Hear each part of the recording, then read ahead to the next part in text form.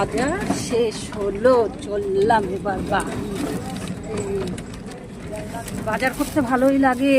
আসলে পরে কোনটা নিব না, এখানে সব মাছ, 3 রকমের মাছ আছে, বাড়ি গিয়ে দেখাবো।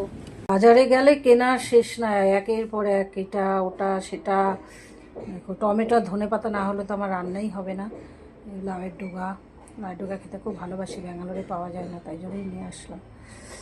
এবারে মাছ দেখাবো। এই দেখো ইলিশ, আর হচ্ছে কাতলা মাছ আর লোটে। ইলিশটা নিচ্ছি কারণ দিদি খুব ইলিশ ভালোবাসে, সবাই ইলিশ মাছ ভালোবাসে। আর বাজারে গেলাম, বড় বাজারে গেলে তো একটুখানি ইলিশ মাছ না নিলে হয় না, তাই না বলো?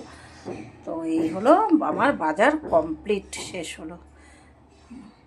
মাছ একটু এক এক সময় এক এক রকমভাবে করি। তো এখানে আমি সব কিছু হলুদ, লবণ, লঙ্কার গুঁড়ো, সর্ষে বাটা দিয়ে একটু ধনেপাতা, লঙ্কা কুচি দিয়ে মাখিয়ে রেখেছি। আবার এখানে আমি এখন লঙ্কা,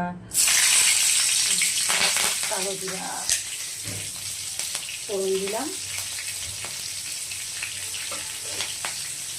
দেবো টমেটো। এখানে বেগুন ভাজা করে রেখেছি, একদম ভালো করে ভেজে রেখেছি, এটা পরে দিলাম। এইবার এই মাখানো মাছটা আমি দিয়ে দিব। গামলা ধোয়া জলটা দিব। আর এইবারে বাকি এই যে সর্ষে বাটাটা গুলিয়ে রেখেছি এটা দিব, সব দেবো। এখন বেগুন দেবো, টমেটো, কাঁচা লঙ্কা দেবো।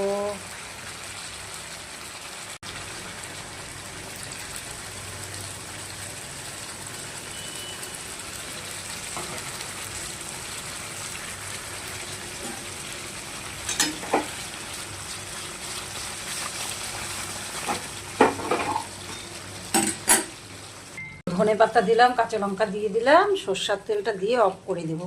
তো অনেকেই কিন্তু মাছে ধনেপাতা দিতে চায় না, কিন্তু আমি দিই, আমার ভালো লাগে। কেমন লাগলো তোমরা সবাই জানিও।